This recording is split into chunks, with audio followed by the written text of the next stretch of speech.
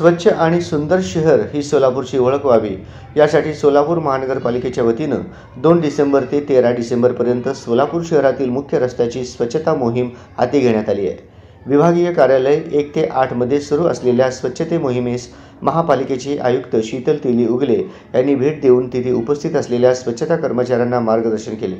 या मोहिमेमध्ये आज साहित्यरत्न अण्णाभाऊ साठे चौक ते रेल्वे स्टेशन, DRM ऑफिस ते डफरीन चौक, 7 रस्ता ते पत्रकार भवन, विजापूर नाका ते पनाश अपार्टमेंट, बनशंकरी चौक जुळे सोलापूर ते HSR पाणी टाकी, गवळी वस्ती, आकाशवाणी रोड ते लोकमंगल हॉस्पिटल, दयानंद कॉलेज ते धरमकाटा चौक, धरमकाटा चौक ते रूपाभवानी चौक या विभागात मोठ्या प्रमाणात स्वच्छता मोहीम घेण्यात आली असून रस्त्यावरील धूळ काढणे, झाडांची फांद्या छाटणे, दोन्ही बाजूवरील फुटपाथवरील स्वच्छता करणे, कचरा काढणे या संपूर्ण मोहिमेसाठी मुख्य आरोग्य निरीक्षक 8, आरोग्य निरीक्षक 49, स्वच्छता कर्मचारी 380,